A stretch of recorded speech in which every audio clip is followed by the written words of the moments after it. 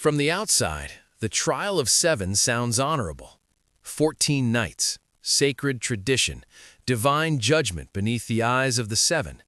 But when you look at Sir Duncan the Tall walking into that arena, it stops looking like justice, and it starts looking like a death sentence dressed as ceremony. Because Dunk isn't entering a duel, he's entering a battlefield.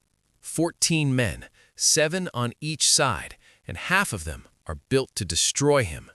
Across from him stands Prince Aerion Targaryen, royal blood, raised in privilege, trained from childhood, backed by the power structure of the realm. And he doesn't stand alone. He has princes beside him, Kingsguard at his back, elite warriors whose entire lives have been shaped for war. These aren't tournament amateurs. They are battle-tested professionals. And Dunk? He's a hedge knight, young, inexperienced, with no house, no banner, no wealth, and no political protection. Before a sword is even raised, the imbalance is already baked in. And what makes it worse is how this even began. Dunk didn't challenge a prince for glory. He intervened. He stepped in to stop Aerion from brutalizing someone weaker. And when they fought, Dunk didn't just survive. He beat a Targaryen prince badly enough that guards had to drag them apart. That moment changed everything. Because to Aerion, this was no longer about law. It was humiliation. Public humiliation, inflicted by a nobody. So when Aerion demands a trial of 7, it isn't escalation for justice. It's escalation for revenge. Trials of 7 are rare, terrifyingly rare. Most knights will never witness one, and structurally, they are brutal. If the accused cannot gather 7 champions, he is declared guilty by default. That means Dunk could lose before the fight even begins. The system itself threatens to crush him. And if he loses, this isn't simple defeat. It's execution, mutilation, ruin.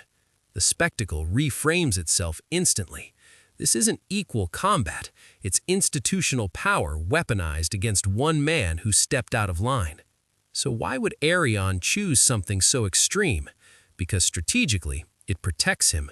In a one-on-one duel, Aerion risks facing Dunk's greatest advantage, size. Dunk is enormous, strong, built for brute force combat. Even skilled nobles hesitate before stepping into that kind of mismatch. But a trial of 7 changes the equation. Now it isn't Aerion versus Dunk, it's hierarchy versus a hedge knight. Status becomes manpower, bloodline becomes reinforcement, and deeper than strategy is something else, legacy. Aerion is obsessed with Targaryen mythology, dragon blood, ancestral greatness, the illusion of untouchable superiority.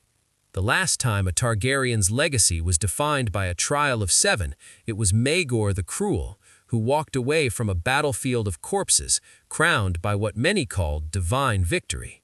To most, that story is cautionary. To Aerion, it's aspirational. This trial isn't just revenge, it's legacy theater. But here's where things get complicated, because Dunk doesn't stand alone. Prince Baelor Breakspear joins him, a respected royal warrior whose presence shifts the psychological balance instantly. This is no longer a nobody's desperate defense. It becomes a cause worthy of royal support. And in a 14-man melee, chaos becomes the great equalizer. This isn't clean dueling, it's collision. Veterans can be isolated. Kingsguard must protect royal blood on both sides. Obligation clashes with loyalty. And that's Dunk's hidden strength. Most of the men fighting beside him chose to be there. They believe in him. They believe in what he did. While parts of Aerion's side fight from duty, politics, and image. When the spectacle fades and survival takes over, belief can matter more than status. So what does the trial of 7 really represent?